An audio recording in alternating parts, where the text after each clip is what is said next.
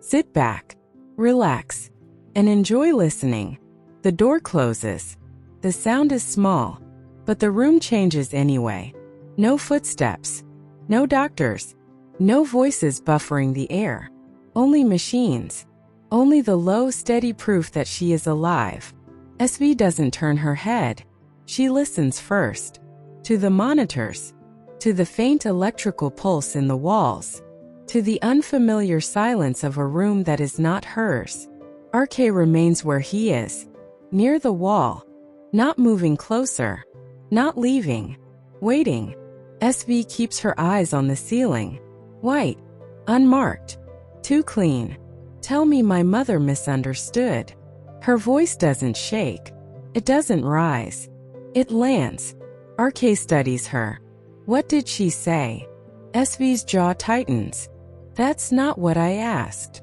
Then, is it true, she says, her voice stripped bare, that you saved me again? Silence. Not the empty kind. The dangerous kind. The kind that means something is being decided. RK doesn't answer immediately. That is enough. SV's jaw tightens. Her head turns. Slowly. Deliberately. Her eyes find him. And the calm fractures. Don't, she says. One word. Controlled. But vibrating underneath. Don't stand there and calculate. Her voice sharpens. Tell me. A beat. Say something. RK inhales. Deep. Once. The way people do when they're trying not to feel. He remembers the fire. The ice. Her skin under his hands. The alarms. And the doctor's advice not to stress her. Her mother's face. Just sleep, he says quietly. The doctor said you shouldn't think right now. You need rest. He takes 2 steps toward the door. Not dramatic. Decisive. SV closes her eyes for half a second. Not to escape. To contain. That's not what I asked. RK stops. He doesn't turn. She exhales slowly through her nose. Her voice lowers. Because her mother is outside. Because walls carry sound. Tell me she's wrong. No answer. Tell me you didn't bring me in. Her tone is calm. Too calm. RK still doesn't turn. I asked you something, she insists. The words are precise. Cut clean. RK exhales through his nose. Yes. He closes his eyes.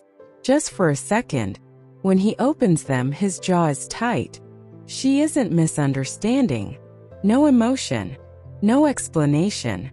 Just fact. SV's fingers curl slowly into the sheet. Not gripping. Testing. Say it again. RK's voice is rougher now. I brought you in. Silence. Longer this time. The machines fill it. SV swallows. Not because she's weak. Because her body hasn't accepted it yet.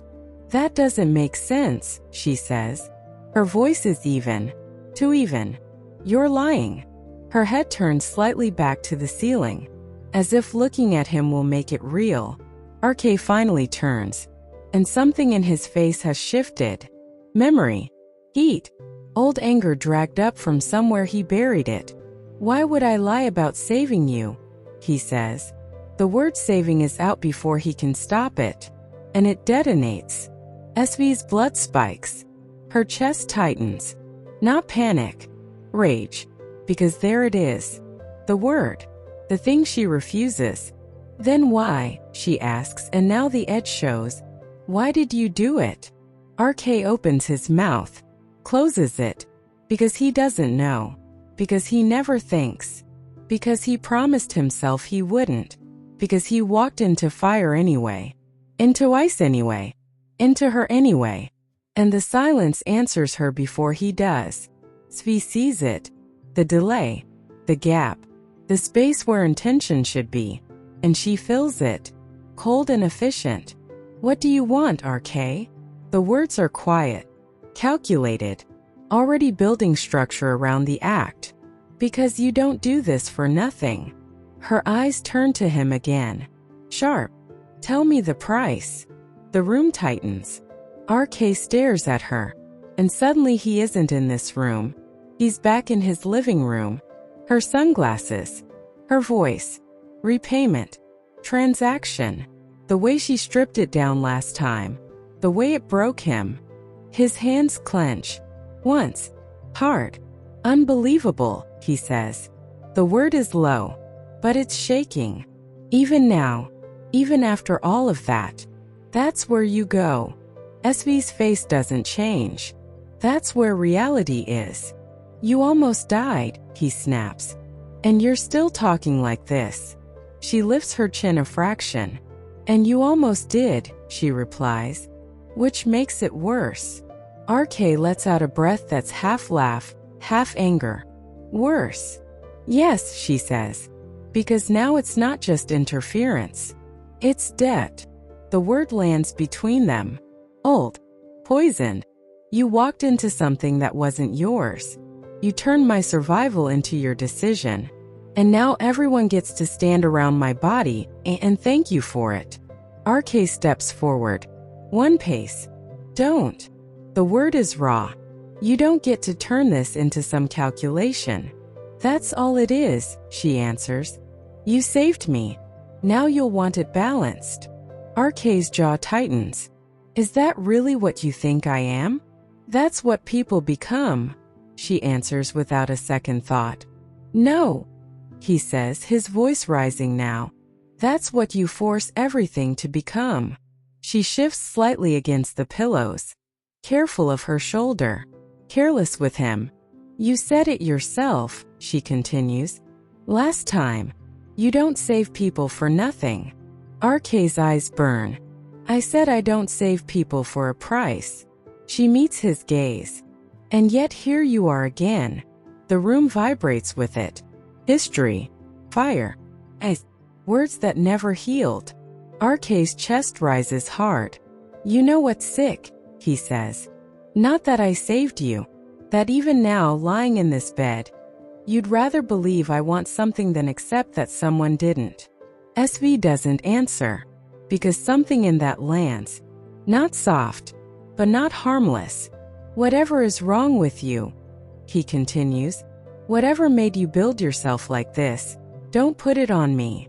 Her voice comes quieter, more dangerous. Then don't put yourself in my blood. That stops him. You didn't have permission, she says. You didn't have the right. And now I'm alive in a room you prepared, in a house you control, because you decided I should be. She looks straight at him. That is not protection.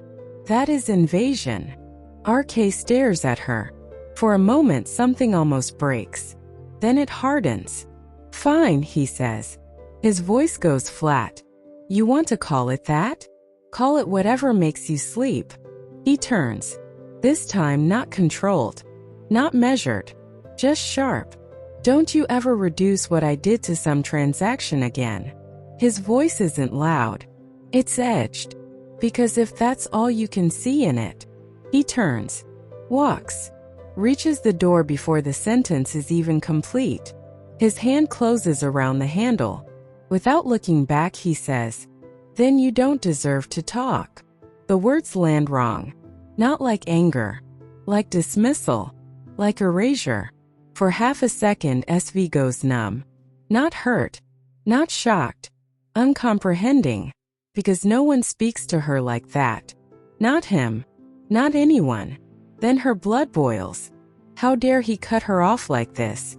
But before she can speak, before she can cut back, he's gone.